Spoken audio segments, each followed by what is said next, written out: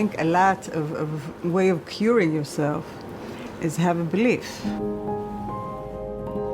My name is a translation from Fruma. Frum is religion. And by the way, I'm named after my grandmother that she died from cancer from a very early age. I got to Gush Katif in 1984. Gush Katif is based inside the Gaza region. And in the south, there's Khan Yunis and Rafiah. Between them was vacant state land. And there were established 22 mainly agriculture communities. Gush Katif itself was the area on the ocean of sand dunes. We felt pioneers. We felt that there's a certain mission in us being there.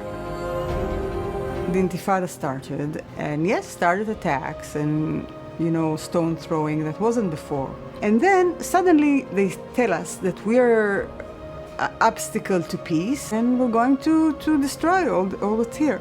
I lived 22 years in Gush Katif. I got married there, and my friends, and all these things were built on and on and on. I was nursing at the time. Yoav, my youngest, stopped nursing from the left side. And I was told that basically is a sign. So I went to the doctor, and they told me, put cabbage. Basically, they thought that I'm infected or something like that. So put cabbage. That was, the medicine, and it didn't help. And with the time, I started hurting in my back, in my hand. So I went again, and suddenly, the sky fell off, and they said, listen, you have to go and check. And I had cancer degree 4. They said, basically, I have 3 months to live. I thought about it. I have a baby. He's a year old. And nobody understands him, only I do. And I'm the only one that gets up when my daughter cries at night. And there's so many things I still have to do, and you feel that your whole world is collapsing. When I first met Datya, she was diagnosed actually very late. She was with a metastatic breast cancer. Her bones were all involved with metastasis from her breast.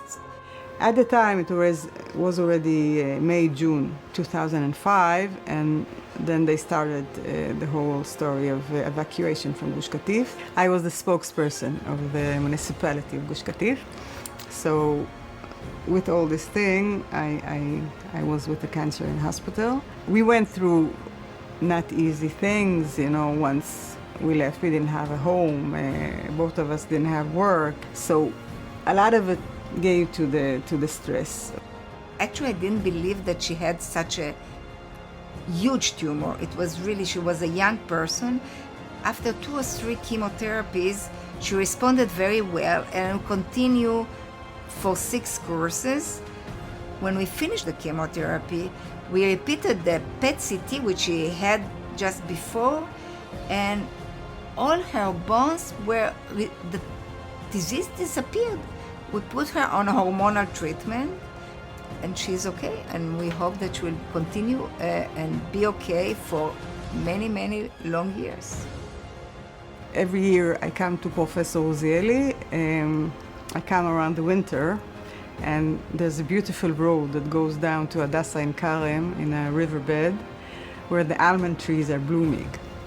So I tell her, you see, Professor, it's another year that I see these trees blooming. So years after, I presented her case, and I thought maybe we did a mistake. And I looked into her chart and her file and her pictures again, and the biopsy.